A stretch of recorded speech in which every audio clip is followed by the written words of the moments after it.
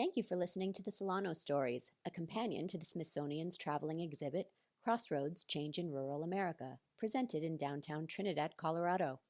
Solanos Stories salutes the farmers, ranchers, cowboys, and cattlemen who helped shape the Southwest, and their trusty hats. Bo Thompson, written by Bo's Hat.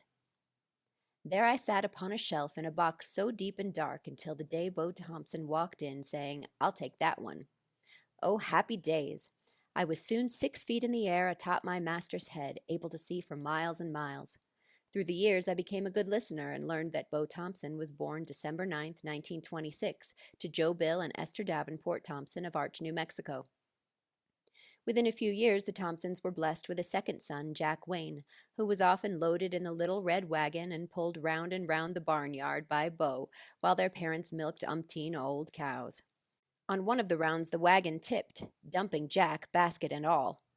Joe Bill, rescuing the wee little lad, checked him over, shook out the dust, replaced Jack in the wagon, and the two boys were off again. When Jack Wayne began to talk, he hung the handle of Bebo on his big brother, which later was shortened to Bo. When Bo was a youngster, his family farmed and ranched near Arch, where they raised cattle, horses, and mules. The horses and mules Joe Bill broke to ride and work before selling or trading them off. Bo began helping his dad in the field at an early age. On one occasion, while working with a team, and Go Devil Bo noticed that his dad skip planting was skipping parts of the field. Being young and inexperienced, Bo decided he could cut across the field too. Was Bo ever in trouble? And after a strong blessing out, learned to make complete rounds in the field. School for Bo was one of those 3-room affairs which he attended on his faithful little horse Rambler that Bo broke with the help of his dad. Bo was adventuresome and a wee bit on the ornery side. Taking a dare, rode Rambler into the school where his faithful steed politely did his business. Bo was in trouble again and had to clean up the mess and stay after school for weeks and weeks. In 1945, Bo was drafted into the Army. Lucky for Bo, Japan surrendered a few days before he was shipped overseas. Therefore, Bo spent most of his tour of duty with the occupation troops on Guam and Saipan in the Philippines. While in the Philippines, Bo spent time on guard duty, served in the hospital dispensary, manned the telephone, besides issuing driver's licenses and trip tickets. Bo, returning to the United States in December 1946, joined his family at the Perkins Prothero Ranch near Carrick, Oklahoma.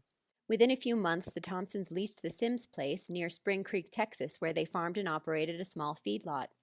To help make ends meet, Joe Bill, Bo, and Jack hired out to do day work and broke horses for the neighbors. When the Sims Place sold, the Thompsons moved to the 3MD Ranch, which was located in the dry Cimarron Valley near Folsom, New Mexico. During the next few years, Bo worked on the 3MD, Cross L, and the Hayhook ranches. Bo married Marilyn K. Luttrell in 1957, and they had 3 children, James Galen, Deborah Sue, and Linda Jo. Bo's family lived on the 3MD from 1957 till 1964 when the place sold and they moved to the Amos Ranch, which sat at the foot of Sierra Grande Mountain near Des Moines, New Mexico. In 1973, it was back down the dry Cimarron, where Bo worked on the Spool and Kenneth Brown ranches. Bo continued to stay on when the Browns sold to Viola Boulware and she to Don Legere until Mr. Legere was forced to liquidate his Colorado property.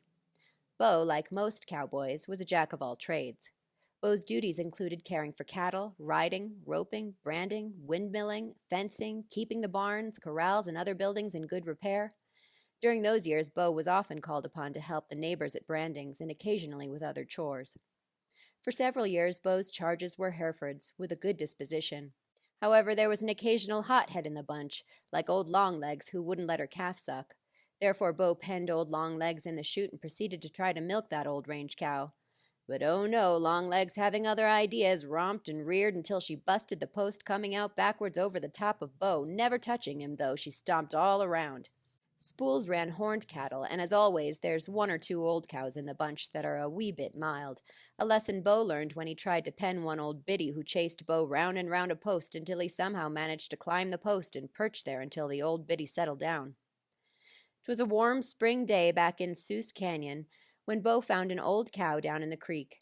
Fearing the cow had eaten a poison weed, Bo started down the bank to try and tail her up, but suddenly, to Bo's surprise, that old hussy lumbered up on all 4s, bellowing at the top of her lungs.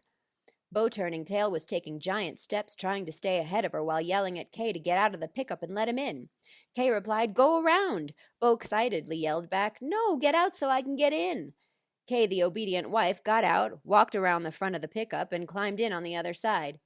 Bo later explained that he meant for Kay to slide over so he could get in. The Thompsons were certainly surprised and had a lot to learn when Leger began to stock the ranch with longhorn cattle. Those long-legged critters could walk a mile in a minute, making a horse trot to keep up. The Thompsons soon learned if someone was in hot pursuit, those cotton-picking cattle could run 35 miles an hour, ducking and dodging all the way, and would bush up when they got tired. Bo, becoming unhappy with their antics, decided to take the longhorns to a pasture 4 or 5 miles up the canyon, only to wake up and find them in the front yard the next morning. Therefore, the Thompsons were kept busy putting up 5-wire fences, but it was to no avail, as those critters would walk up to a 5-wire fence, rear up on their hind legs, and leap over like a deer. Bo often said, "Herding longhorns is an experience no one wants to go through but once." Bo is now semi-retired, caring for the Luttrell Ranch near Des Moines, New Mexico. Me, Myself, and I, the Hat, has been put out to pasture. Therefore, I spend my time sitting on my perch in Solanos western wear, reminding visitors of days gone by.